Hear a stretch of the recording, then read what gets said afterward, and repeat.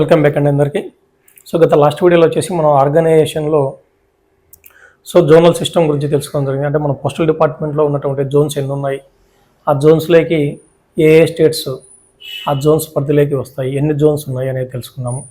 తర్వాత ఈ pin code system గురించి తెలుసుకున్నాం. పిన్ కోడ్ అంటే ఏంటి, ఆ పిన్ కోడ్లో ఉన్నటువంటి నెంబర్స్ ఏమి ఇండికేట్ చేస్తాయి అనేది తెలుసుకోవడం జరిగింది. తర్వాత పోస్టల్ ఛానల్స్ అనేవి ఎన్ని రకాలు ఉన్నాయి అనేది తెలుసుకోవడం జరిగింది.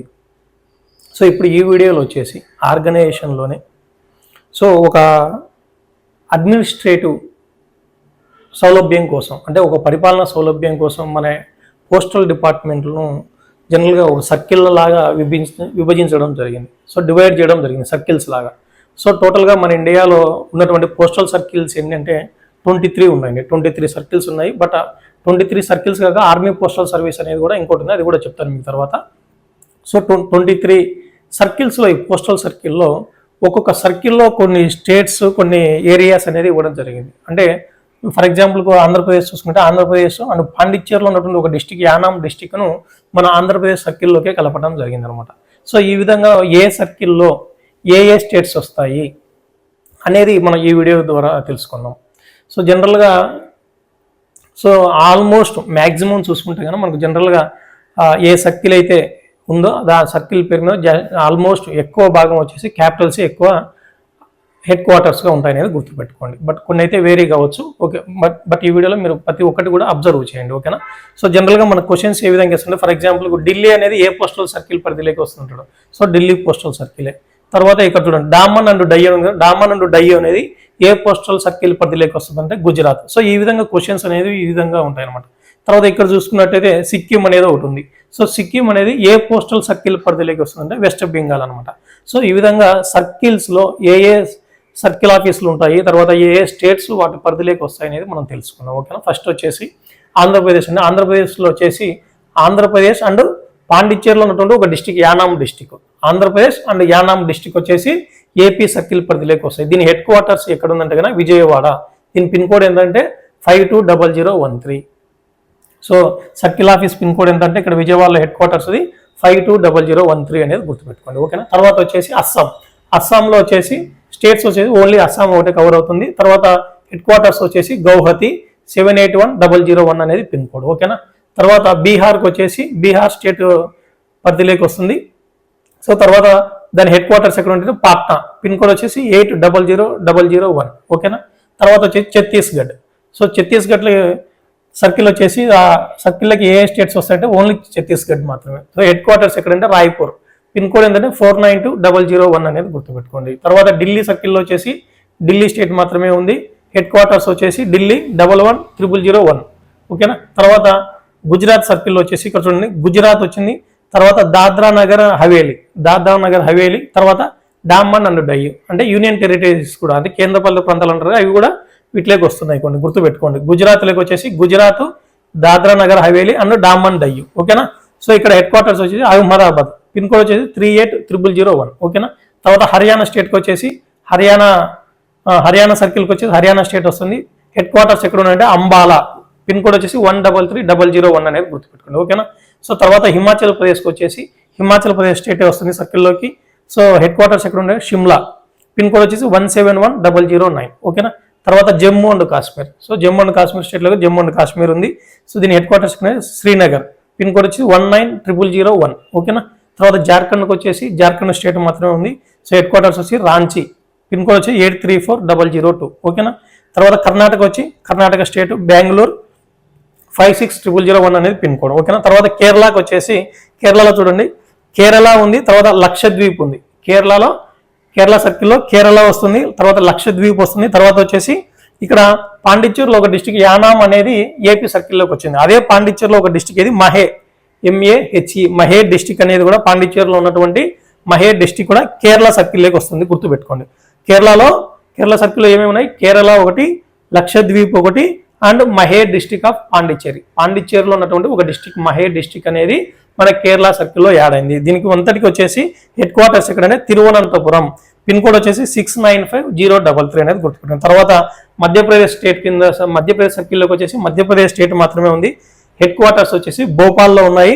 462012 అనేది పిన్ కోడ్. ఓకేనా.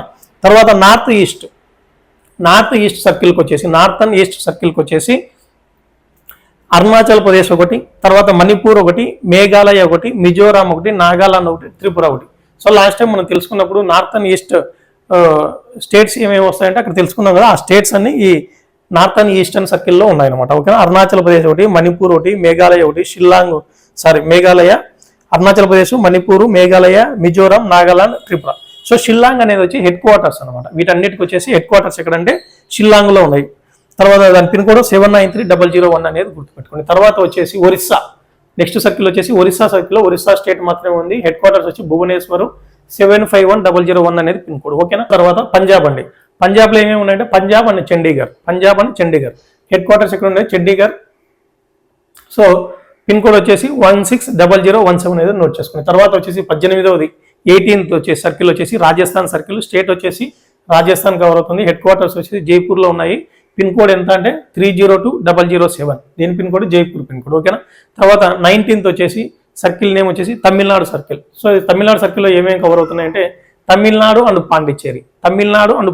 పాండిచ్చేరిలో 2 డిస్ట్రిక్ట్స్ వచ్చేసి ఒక డిస్టిక్ యానాం డిస్టిక్ వచ్చేసి పాండిచ్చేరిలో ఉన్నటువంటి యానాం డిస్టిక్ వచ్చేసి ఏపీ సర్కిల్లోకి వచ్చింది. అదే పాండిచ్చేరిలో ఉన్నటువంటి మహే డిస్టిక్ వచ్చేసి కేరళ సర్కిల్లోకి వచ్చింది అనేది గుర్తుపెట్టుకోండి. సో ఈ యానాం అండ్ మహే డిస్టిక్ తప్ప మిగిలిన పాండిచ్చేరి మొత్తము తమిళనాడు సర్కిల్లో ఉంటుంది అనేది గుర్తుపెట్టు. దీని హెడ్ క్వార్టర్స్ ఎక్కడంటే Chennai.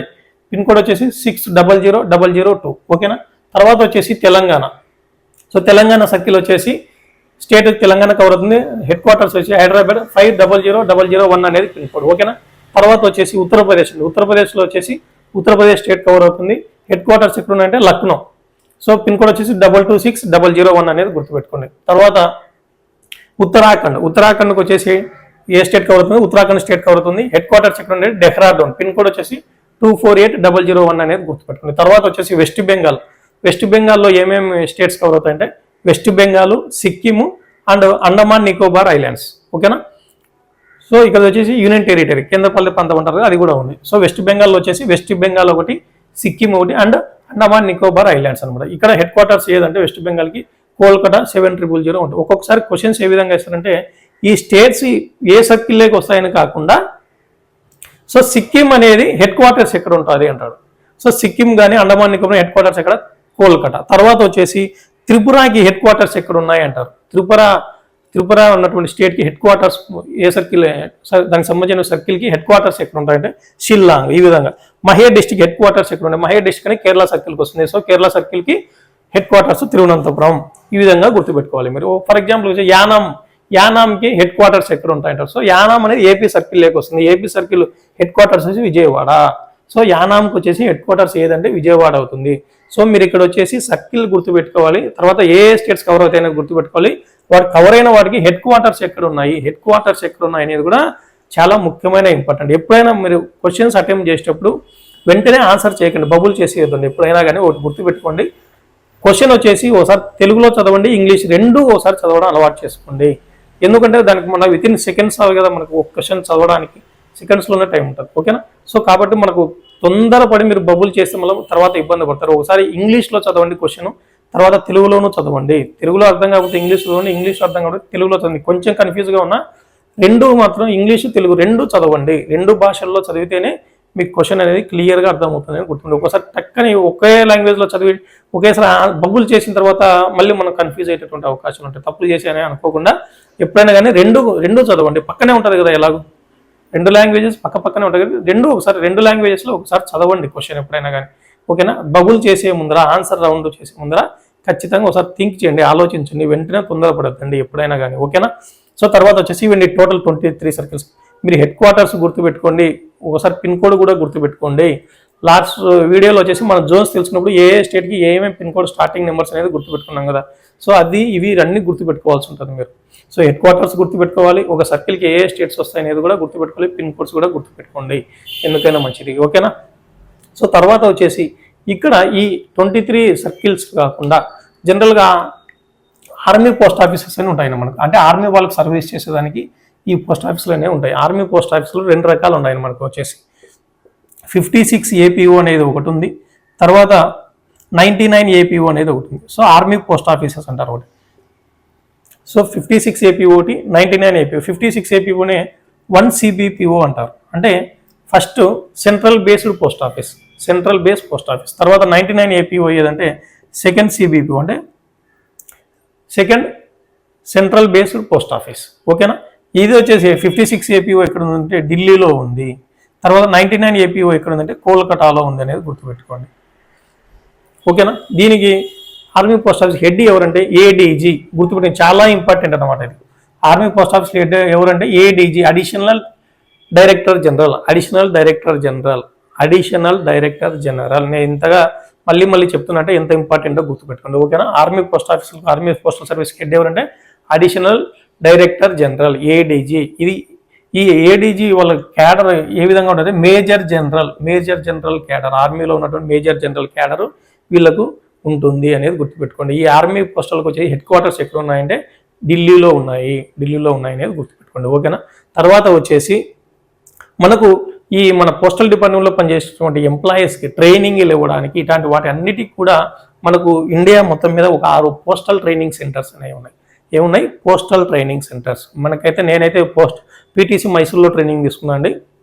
Postal training centre Mysore. ఓకేనా. మైసూర్ అనమాట. ఈ విధంగా ఇవి పోస్టల్ ట్రైనింగ్ సెంటర్స్ టోటల్ 6 ఉన్నాయి మన దేశం మొత్తం మీద. ఇప్పుడు ఒకసారి ఏ స్టేట్లో ఉన్నాయో ఒకసారి చూద్దాం. సో అస్సాంలో చూసుకున్నట్టయితే అస్సాంలో PTC గౌహతి ఉంది.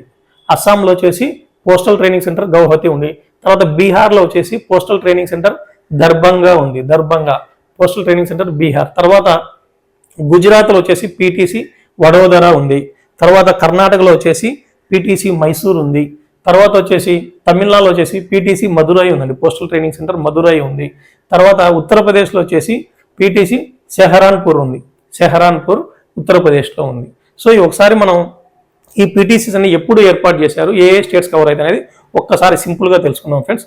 PTC మైసూర్ వచ్చేసి 20/4/1965, 20 ఏప్రిల్ 1965లో ఏర్పాటు చేయడం జరిగింది PTC మైసూర్ని. ఇక్కడ ఏ స్టేట్స్ వాళ్ళ ట్రైనింగ్లు ఇస్తుంటే జనరల్గా కేరళ, కర్ణాటక, తెలంగాణ అండ్ ఆంధ్రప్రదేశ్. ఓకేనా. తర్వాత వచ్చేసి PTC మదురైలో వచ్చేసి ఎప్పుడు ఏర్పాటు చేశారంటే 25/8/1981, 25 ఆగస్టు 1981లో ఏర్పాటు చేయడం జరిగింది PTC మదురై. ఇక్కడ తమిళనాడు వాళ్ళకి సంబంధించిన వాళ్ళకు ఇది కవర్ చేస్తుంది ట్రైనింగ్లు ఇలాంటివి. PTC వడోదర వచ్చేసి 1/7/1962లో ఏర్పాటు చేశారంటే 1 జూలై 1962లో. ఇక్కడ ఏ స్టేట్స్ కవర్ చేస్తారంటే గుజరాత్, మధ్యప్రదేశ్, ఛత్తీస్గఢ్ అండ్ మహారాష్ట్ర. ఓకేనా. నెక్స్ట్ వచ్చేసి PTC దర్భంగా ఎప్పుడు ఏర్పాటు చేశారు? 12/7/1966, 12th జూలై 1966లో ఏర్పాటు చేశారు. ఇక్కడ ఏ స్టేట్స్ కవర్ చేస్తారంటే బీహార్ ఒకటి, ఒరిస్సా ఒకటి, జార్ఖండ్ ఒకటి, వెస్ట్ బెంగాల్ ఒకటి. ఓకేనా. తర్వాత PTC సెహరాన్పూర్ ఎప్పుడు ఏర్పాటు చేశారంటే 2/4/1951, 2 ఏప్రిల్ 1951. ఓకేనా. ఇక్కడ ఏ స్టేట్స్ కవర్ చేస్తారంటే ఉత్తరప్రదేశ్ ఒకటి, యూకే అంటే యునైటెడ్ కింగ్డమా కాదండి, ఫ్లోలో రాసుకోవద్దండి. యూకే అంటే ఉత్తరాఖండ్, ఉత్తరప్రదేశ్ ఒకటి, ఉత్తరాఖండ్ ఒకటి, హర్యానా ఒకటి, పంజాబ్ ఒకటి, హిమాచల్ ప్రదేశ్ ఒకటి, జమ్మూ కాశ్మీర్ ఒకటి, రాజస్థాన్ ఒకటి, ఢిల్లీ ఒకటి. సో ఈ స్టేట్స్ అనేవి ఇక్కడ కవర్ చేస్తారు. తర్వాత PTC గౌహతిలో వచ్చేసి 27/10/2003లో ఏర్పాటు చేశారు. 27th అక్టోబర్ 2003లో PTC గౌహతిని ఏర్పాటు చేయడం జరిగింది. ఇక్కడ వచ్చేసి ఏ స్టేట్స్ కవర్ చేస్తారంటే అస్సాం అండ్ నార్త్ ఈస్ట్ ఉన్నాయి కదా ఈ సర్కిల్. సో వాటిని కవర్ చేస్తారు అనమాట. సో సర్కిల్స్ అనే PTC పోస్టల్ ట్రైనింగ్ సెంటర్స్ ఏ స్టేట్స్లో ఉన్నాయి? అస్సాంలో PTC గౌహతి ఉంది, బీహార్లో PTC దర్భంగా ఉంది, తర్వాత గుజరాత్లో PTC వడోదర ఉంది, కర్ణాటక సర్కిల్ వచ్చే PTC మైసూర్ ఉంది, తమిళనాడులో వచ్చేసి PTC మదురై ఉంది, తర్వాత ఉత్తరప్రదేశ్లో వచ్చేసి PTC సెహరాన్పూర్ అనేది ఉన్నాయనేది గుర్తుపెట్టుకోండి. ఇవన్నీ చాలా ఇంపార్టెంట్ అండి, ఎవరు కూడా మర్చిపోద్దు, నోట్ చేసుకోండి. ఓకేనా. తర్వాత వచ్చేసి మనకు RAK గుర్తుపెట్టుకోండి. RAK NPA అని ఒకటి ఉందండి. RAK NPA అంటే ఏంటంటే ఫుల్ ఫామ్ చెప్తాను. Rafi Ahmed Kidwai national postal academy. Rafi Ahmed Kidwai national postal academy. So RAK NPA అంటే ఏంటి? జనరల్గా మన పోస్టల్ స్టాఫ్ కోసము ఒక కాలేజ్ అనేది ఉండడం జరిగింది. సో ఆ కాలేజ్ని ఒకప్పుడు ఏమనేవాళ్ళంటే postal staff college of India, postal staff college of India, PSCA అని ఒకప్పుడు ఉండేది. పోస్టల్ స్టాఫ్ కాలేజ్ ఆఫ్ ఇండియాని ఎప్పుడు ఏర్పాటు చేశారంటే 1977లో ఏర్పాటు చేశారు. సో 1977లో ఏర్పాటు చేసినారు. ఓకేనా. సో ఇది వచ్చేసి ప్రెజెంట్ వచ్చేసి మనకు ఈ ఆర్ఏకే ఎన్పిఏగా దీన్ని ఈ పోస్టల్ స్టాఫ్ కాలేజ్ ఆఫ్ ఇండియాను ఆర్ఏకే ఎన్పిఏగా మార్చడం జరిగింది. ఆర్ఏకే ఎన్పిఏగా ఎప్పుడు మార్చారంటే 1/11/2011 1/11/2011 నుంచి ఈ పోస్టల్ స్టాఫ్ కాలేజ్ ఆఫ్ ఇండియాను ఆర్ఏకే ఎన్పిఏగా మార్చడం జరిగింది నేమ్. ఓకేనా. Rafi Ahmed Kidwai national postal academy. So ఈ రఫీ అహ్మద్ కిడ్వాయ్ అనేవారు ఎవరంటే మన ఇండిపెండెన్స్ ఇండియాకి ఫస్ట్ కమ్యూనికేషన్ మినిస్టర్ అన్నమాట ఆయన. సో 1947 నుంచి 1951 వరకు ఈ శ్రీ రఫీ అహ్మద్ కిడ్వాయ్ గారు వర్క్ చేయడం జరిగింది కమ్యూనికేషన్స్ మినిస్టర్గా. ఫస్ట్ ఇండియన్ ఇండిపెండెన్స్ వచ్చిన తర్వాత ఫస్ట్ కమ్యూనికేషన్ మినిస్టర్గా వర్క్ చేయడం జరిగింది కాబట్టి ఆయన పేరు మీద ఈ పోస్టల్ స్టాఫ్ కాలేజ్ ఆఫ్ ఇండియాను ఆర్ఏకే ఎన్పిఏగా మార్చడం జరిగింది అనేది గుర్తుపెట్టుకోండి. ఇది ఎక్కడ ఉందంటే గజియాబాద్ ఉత్తరప్రదేశ్లో ఉంది. గజియాబాద్ ఉత్తరప్రదేశ్లో ఉంది అనేది గుర్తుపెట్టుకోండి. ఆర్ఏకే ఎన్పిఏ ఎక్కడ ఉందంటే గజియాబాద్ ఉత్తరప్రదేశ్లో ఉంది. ఇది ఎవరి కంట్రోల్లో పనిచేస్తుందంటే డాక్ భవన్, ఢిల్లీలో ఉన్నటువంటి డాక్ భవన్ కంట్రోల్లో వర్క్ చేస్తుంది అనేది గుర్తుపెట్టుకోండి. దీనికి ఈ ఆర్ఏకే ఎన్పిఏకి అక్కడ ఉన్నటువంటి క్యాంపస్లో మనకు ఆర్ఏకే ఎన్పిఏకి హెడ్గా ఎవరు ఉంటారంటే ఒక డైరెక్టర్ ఉంటారు అనేది గుర్తుపెట్టుకోండి. ఓకేనా. తర్వాత ఇవన్నీ కాకుండా ఈ పీటీసీలు కాకుండా తర్వాత మనకు సిఈపీటీలు అని ఉండండి. సిఈపీటీ అంటే ఏంటంటే centre for excellence in postal technology. CEPT అని ఉన్నాయండి. సిఈపీటీ గుర్తుపెట్టుకోండి. సిఈపీటీ అంటే centre for excellence in postal technology. Centre for excellence in postal technology అంటే మన దేశం మొత్తం మీద పోస్టల్ ఆపరేషన్స్ జరుగుతున్నాయంటే వాటికి సంబంధించిన అప్డేట్స్ కానీ, ప్యాచెస్ కానీ, దానికి సంబంధించిన సాఫ్ట్వేర్లు కానీ అన్నీ కూడా ఈ సిఈపీటీలో దానికి సంబంధించినటువంటి అప్డేట్స్ కానీ ఏవైనా కానీ అన్ని టెక్నాలజీకి సంబంధించిన అన్నీ కూడా ఈ సిఈపీటీస్లో జరుగుతుంటాయి. సిఈపీటీస్లో మెయిన్ యూనిట్ ఎక్కడ ఉందంటే సిఈపీటీ మైసూర్. ఇది మెయిన్ అనమాట, అన్నిటికీ కూడా మెయిన్ అనమాట. అదొక మెయిన్ యూనిట్ అంటారు. ఇక్కడ హెడ్ ఎవరు ఉంటారంటే జనరల్ మేనేజర్. సిఈపీటీకి హెడ్ ఎవరు ఉంటారంటే జనరల్ మేనేజర్ అనేటువంటి అఫీషియల్ ఉంటారు అనేది గుర్తుపెట్టుకోండి. తర్వాత సిఈపీటీ ఇంకోటి ఎక్కడ ఉందంటే చెన్నైలో ఉంది. సిఈపీటీ చెన్నైలో ఉంది. చెన్నైలో దేనికి సంబంధించినటువంటి టెక్నాలజీ ఇష్యూస్ జరుగుతుంటే డిపిఎంఎస్ ఒకటి, తర్వాత సిఎస్ఐ ఇంటిగ్రేషన్కి సంబంధించినవి జరిగేది అనమాట. ఓకేనా. సిఎస్ఐకి సంబంధించింది, డిపిఎంఏకి సంబంధించి సిఈపీటీ చెన్నైలో అప్డేట్స్ దాని టెక్నాలజీ ఇష్యూస్ అనేవి జరుగుతుంటాయి. తర్వాత బెంగళూరు అనేది ఒకటి ఉందండి. సో సిఈపీటీ బెంగళూరులో ఏం జరుగుతుంటే యాంటీ మనీ లాండరింగ్ ఏఎంఎల్కి సంబంధించింది. తర్వాత ఎఫ్ఆర్ఎంయు అంటే ఫ్రాడ్ రిస్క్ మేనేజ్మెంట్ యూనిట్. ఎఫ్ఆర్ఎంయు అంటే ఫ్రాడ్ రిస్క్ మేనేజ్మెంట్ యూనిట్ అనేది గుర్తుపెట్టుకోండి. సో ఈ ఏఎంఎల్, ఈ ఎఫ్ఆర్ఎంయుకి సంబంధించిన టెక్నాలజీ ఇష్యూస్ అన్ని ఈ బెంగళూరులో జరుగుతూ ఉంటాయి. తర్వాత ఢిల్లీలో ఒకటి ఉందండి, సిఈపీటీ ఢిల్లీ. సో సిఈపీటీ ఢిల్లీ అంటే టెక్నికల్ ఇష్యూస్, అంటే మనం వాడేటటువంటి ఒక ఏ టెక్నాలజీ అయినా దానికి సంబంధించినటువంటి టెక్నికల్ ఇష్యూస్ అన్ని సిఈపీటీ ఢిల్లీలో జరుగుతూ ఉంటాయి. తర్వాత హైదరాబాద్లో కూడా ఒకటి ఉందన్నమాట. హైదరాబాద్లో ఈ సిఈపీని ఎప్పుడు ఏర్పాటు చేశారంటే 22/8/2016. 22/8/2016 హైదరాబాద్లో ఎప్పుడు ఏర్పాటు చేశారు? 22/8/2016లో ఈ సిఈపీటీ హైదరాబాద్ను ఏర్పాటు చేయడం జరిగింది. సో ఇక్కడ ఏం జరుగుతుందంటే, సో జనరల్గా సిఈపీటీ హైదరాబాద్లో ఏం డీల్ చేస్తుంటారు, నేషనల్ వైడ్ జరుగుతున్నటువంటి జీడిఎస్ రిక్రూట్మెంట్ ఉంటాయి కదా, దానికి సంబంధించినటువంటి ఇష్యూస్. తర్వాత మనం మామూలుగా పిఎంఏ యాప్లో ఉన్నటువంటి నాణ్యత ఇవన్నీ క్లియర్ చేసిన లెటర్ బాక్స్ సంబంధించి క్లియర్ చేస్తుంటాం కదా, అటువంటి ఎలక్ట్రానిక్ క్లియరెన్స్ల గురించి సంబంధించి సిఈపీటీ హైదరాబాద్లో జరుగుతుంటాయి. తర్వాత టీటీడీ దర్శనం టికెట్స్కి సంబంధించిన టెక్నాలజీ ఇష్యూస్, తర్వాత ఈ షాప్ అనేటటువంటి టెక్నాలజీ ఇష్యూస్ మీద ఈ సిఈపీటీ హైదరాబాద్ అనేది డీల్ చేస్తుంది అనేది గుర్తుపెట్టుకోండి. ఓకేనా. ఇది పూర్తిగా వచ్చేసి మనం సర్కిల్లో ఉన్నటువంటి స్టేట్స్ కవరేటీ హెడ్ క్వార్టర్స్, తర్వాత ఇందాక తెలిసినటువంటి పీటీసీస్, తర్వాత సిఈపీటీస్. తర్వాత జనరల్గా మనకు ఈ ఆర్గనైజేషన్లో కొన్ని ఆఫీసుల గురించి, ఆఫీసులో హెడ్ ఎవరు ఉంటారు అనేది తెలుసు. జస్ట్ నేను చెప్తాను, ఇంకా బోర్డు మీద అంటే ప్రతిదీ టైం పడుతుంది కాబట్టి మనకు. సో జస్ట్ చెప్తాను, కొన్ని నోట్ చేసుకోండి. ఓకేనా. సో జనరల్గా మనకు డైరెక్టరేట్ అని ఉంటుంది ఫస్ట్, అత్యున్నత స్థాయిలో ఫస్ట్ వచ్చేసి. ఇంకా ఇంతటితో ఆర్గనైజేషన్ అయిపోలేదు, ఇంకా పూర్తిగా ఆర్గనైజేషన్ ఇంకా మనం ఆర్గనైజేషన్ పై స్థాయిలో ఎవరు ఉంటారు, పోస్టల్ సర్వీసెస్ బోర్డు అంటే ఏంది, వాటన్నిటికి కూడా నెక్స్ట్ వీడియోలో మళ్ళీ తెలుసుకుందాం. ఇంకా 1 లేదా 2 వీడియోలు పట్టేటటువంటి అవకాశం ఉంది మనకు. సో పై స్థాయి నుంచి కింది స్థాయికి ఉన్నటువంటి అధికారులందరి గురించి మనం తెలుసుకోవాల్సినటువంటి అవసరం ఉంది ఆర్గనైజేషన్లో. సరే, ఇప్పుడు వచ్చేసి జస్ట్ జనరల్గా హెడ్స్ ఎవరెవరు ఉంటారు, ఆ ఇన్స్టిట్యూట్ కావచ్చు, ఆ ఆఫీస్ కావచ్చు, ఎవరైతే హెడ్స్ ఎవరు ఉంటారు అనేది తెలుసుకుందాం. ఫస్ట్ పై స్థాయిలో పైన అట్మోస్ట్ అనమాట డైరెక్టరేట్ స్థాయిలో ఎవరు హెడ్గా ఉంటారంటే జనరల్గా ఒక సెక్రటరీ ఆఫ్ పోస్ట్ అని ఉంటారు. తర్వాత ఇంకొకరు ఎవరు ఉంటారంటే ఇద్దరు ఉంటారు, డైరెక్టర్ జనరల్ ఆఫ్ పోస్ట్. వీళ్ళిద్దరు కూడా పైన డైరెక్టరేట్ స్థాయిలో అధికారులు అనమాట. డైరెక్టర్ జనరల్ ఆఫ్ పోస్ట్ అనేది ఒకరు, తర్వాత సెక్రటరీ ఆఫ్ పోస్ట్ అని ఇద్దరు ఉంటారు. ఓకేనా. తర్వాత జనరల్గా మనకి తెలిసింది సర్కిల్ ఆఫీస్కి హెడ్ ఎవరు ఉంటారు. సర్కిల్ ఆఫీస్కి వచ్చేసి సిపిఎంజీ అంటే చీఫ్ పోస్ట్ మాస్టర్ జనరల్ హెడ్గా ఉంటారు. తర్వాత ఒక రీజనల్ ఆఫీస్కి ఎవరు హెడ్గా ఉంటారంటే పోస్ట్ మాస్టర్ జనరల్, పిఎంజీ అంటారు కదా, పోస్ట్ మాస్టర్ జనరల్. ఒకవేళ పిఎంజీ పోస్టు లేకపోతే అక్కడ డిపిఎస్ఏ హెడ్ లాగా ఉంటారు, అంటే డైరెక్టర్ ఆఫ్ పోస్టల్ సర్వీసెస్. ఇప్పుడు మన కర్నూలుకు చూసుకుంటే పిఎంజీ పోస్ట్ అనేది లేరనమాట. సో అక్కడ వచ్చేసి డైరెక్టర్ ఆఫ్ పోస్టల్ సర్వీసెస్ హెడ్గా ఉంటారు. జనరల్గా మనం తెలుసుకునేదంటే రీజనల్ ఆఫీస్కి వచ్చేసి పిఎంజీ, సర్కిల్ ఆఫీస్కి వచ్చేసి సిపిఎంజీ అనేది గుర్తుపెట్టుకోండి. తర్వాత ఒక డివిజన్కు, ఒక పోస్టల్ డివిజన్కు డివిజనల్ ఆఫీస్ అంటారు. ఒక పోస్టల్ డివిజన్కి ఎవరు హెడ్గా ఉంటారంటే పోస్టల్ డివిజన్కి వచ్చేసి సూపరింటెండెంట్ ఆఫ్ పోస్ట్ ఆఫీసెస్ లేదా senior superintendent of post offices. కొన్ని డివిజన్లు వచ్చేసి సూపరింటెండెంట్ ఉంటారు, కొన్ని డివిజన్లకు వచ్చి సీనియర్ సూపరింటెండెంట్ ఉంటారు, ఎస్టాబ్లిష్మెంట్ బట్టి అనమాట.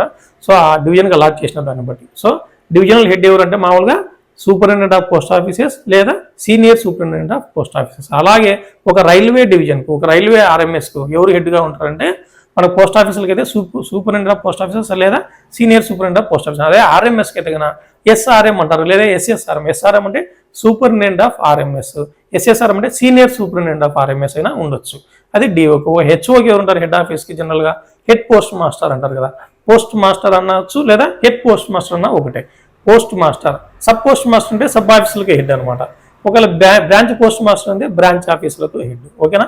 హెడ్ ఆఫీస్కి వచ్చేసి హెడ్ పోస్ట్ మాస్టర్. తర్వాత పోస్టల్ అకౌంట్స్ ఆఫీస్ అనే ప్రతి సర్కిల్కి ఒకటి ఉంటుంది. పోస్టల్ అకౌంట్స్ ఆఫీస్ అని ప్రతి సర్కిల్ కూడా ఉంటుంది. ఆ పోస్టల్ అకౌంట్స్ ఆఫీస్కి ఎవరు హెడ్గా ఉంటారంటే డైరెక్టర్ హెడ్గా ఉంటారు. తర్వాత జీపీఓకి ఎవరు ఉంటారు, జనరల్ పోస్ట్ ఆఫీస్ హెడ్గా ఎవరు ఉంటారంటే ఒక డైరెక్టర్ ఉండొచ్చు, లేదా సీనియర్ పోస్ట్ మాస్టర్ ఉండొచ్చు, లేదా చీఫ్ పోస్ట్ మాస్టర్ ఉండొచ్చు. ఓకేనా. డైరెక్టర్ కానీ, సీనియర్ పోస్ట్ మాస్టర్ కానీ, చీఫ్ పోస్ట్ మాస్టర్ కానీ జీపీఓకు ఉంటారు. తర్వాత వచ్చేసి ఒక పీటీసీ పోస్టల్ ట్రైనింగ్ సెంటర్ కానీ, లేదా ఇందాక ఆర్ఏకి ఎన్పిఏ తెలుసుకున్నాం కదా, ఆర్ఏకి ఎన్పిఏ అంటే Rafi Ahmed Kidwai national postal academy, దానికి కానీ లేదా పీటీసీ కానీ ఎవరు హెడ్గా ఉంటారంటే డైరెక్టర్ హెడ్గా ఉంటారు అనేది గుర్తుంది. తర్వాత సిఈపిటీకి ఎవరు హెడ్గా ఉంటారంటే CEPT centre for excellence in postal టెక్నాలజీలో ఎవరు హెడ్గా ఉంటారంటే జనరల్ మేనేజర్ అయినా ఉండొచ్చు లేదా డైరెక్టర్ అయినా ఉండొచ్చు. ఓకేనా. తర్వాత వచ్చేసి ఒక గెజిటెడ్ హెడ్ ఆఫీస్కి ఎవరు హెడ్గా ఉంటారంటే సీనియర్ పోస్ట్ మాస్టర్ అయినా ఉండొచ్చు లేదా చీఫ్ పోస్ట్ మాస్టర్ అయినా ఉండొచ్చు. గెజిటెడ్ హెడ్ ఆఫీస్కి వచ్చేసి సీనియర్ పోస్ట్ మాస్టర్ అయినా ఉండొచ్చు లేదా చీఫ్ పోస్ట్ మాస్టర్ అయినా ఉండొచ్చు. తర్వాత ఏపీఓకి వచ్చేసి ఇందాక మనం తెలుసుకున్న ఆర్మీ పోస్ట్ ఆఫీస్కి వచ్చేసి ఎవరు అడిషనల్ డైరెక్టర్ జనరల్. వాళ్ళు ఏ క్యాడర్లో ఉంటారంటే ఆర్మీ మేజర్ జనరల్ క్యాడర్లో ఉన్నటువంటి, మేజర్ జనరల్ స్థాయిలో ఉన్నటువంటి ఒక అడిషనల్ డైరెక్టర్ జనరల్ ఉంటారు. తర్వాత ఒక బిజినెస్ డెవలప్మెంట్కి సంబంధించింది, తర్వాత ఒక పిఎల్ఐ పోస్టల్ లైఫ్ ఇన్సూరెన్స్ సంబంధించింది, తర్వాత ఒక parcel director, BD business development director, parcel director, PLI director. ఈ మూడింటి డైరెక్టర్లుగా అక్కడ ఉన్నటువంటి ఆ డైరెక్టరేట్లో ఎవరు హెడ్గా ఉంటారంటే చీఫ్ జనరల్ మేనేజర్. ఎవరు చీఫ్ జనరల్ మేనేజర్ అనేది గుర్తుపెట్టుకోండి. తర్వాత ఆర్ఎల్ఓ అని ఉంటుంది కదా మనకి ప్రతి సర్కిల్లోనూ ఒక రిటర్న్ లెటర్ ఆఫీస్ అని ఉంటుంది ఒకటి. సో అక్కడ ఎవరు హెడ్గా ఉంటారు మేనేజర్ హెడ్గా ఉంటారు. తర్వాత ఎంఎంఎస్ అని ఒకటి ఉంటుంది మనకు, మెయిల్ మోటార్ సర్వీసెస్ అని ఏమంటారు, ఎంఎంఎస్ మెయిల్ మోటార్ సర్వీసెస్కి ఎవరు హెడ్గా ఉంటారంటే సీనియర్ మేనేజర్ లేదా మేనేజర్ హెడ్గా ఉంటారు. ఎంఎంఎస్కి మెయిల్ మోటార్ సర్వీస్కి ఎవరు హెడ్గా ఉంటారంటే సీనియర్ మేనేజర్ లేదా మేనేజర్ హెడ్గా ఉంటారు. ఓకేనా. ఇవి కొన్ని ఇన్స్టిట్యూషన్స్ లేదా కొన్ని ఆఫీస్కి సంబంధించినటువంటి హెడ్ ఎవరు ఉంటారు అనేది. ఓకేనా. సో టోటల్గా మనం ఈ వీడియోలో ఏం తెలుసుకున్నాము, ఒక సర్కిల్స్ ఎన్ని సర్కిల్స్గా డివైడ్ అయింది, తర్వాత ఆర్మీ పోస్ట్ ఆఫీసులు అంటే ఏంది, అవి ఎన్ని ఉన్నాయని తెలుసుకున్నాము. తర్వాత ఒక్కొక్క సర్కిల్లో ఏ స్టేట్స్ కవర్ అయినాయి, దాని హెడ్ క్వార్టర్స్ కూడా చాలా ఇంపార్టెంట్. ఎక్కడైనా ఏదో ఒక స్టేట్ ఇచ్చి దానికి హెడ్ క్వార్టర్స్ ఏమనొచ్చు. తర్వాత ఈ కేంద్రపాలిత యూనియన్ టెరిటరీస్ ఉన్నాయి కదా, వాటికి ఇచ్చి దానికి హెడ్ క్వార్టర్స్ ఎక్కడ ఉన్నాయనొచ్చు. సో హెడ్ క్వార్టర్స్ తెలుసుకున్నాము. తర్వాత ఆర్మీ పోస్టుల గురించి తెలుసుకున్నాము. తర్వాత పీటీసీస్ పోస్టల్ ట్రైనింగ్ సెంటర్స్ గురించి తెలుసుకున్నాము. తర్వాత సిఈపిటీస్ గురించి తెలుసుకున్నాము. తర్వాత వచ్చేసి కొన్ని ఆఫీసులు ఇన్స్టిట్యూషన్స్ దానికి సంబంధించి హెడ్ ఎవరు ఉంటారు అక్కడ అనేది కూడా తెలుసుకున్నాం. ఓకేనా. థ్యాంక్ యూ అండి.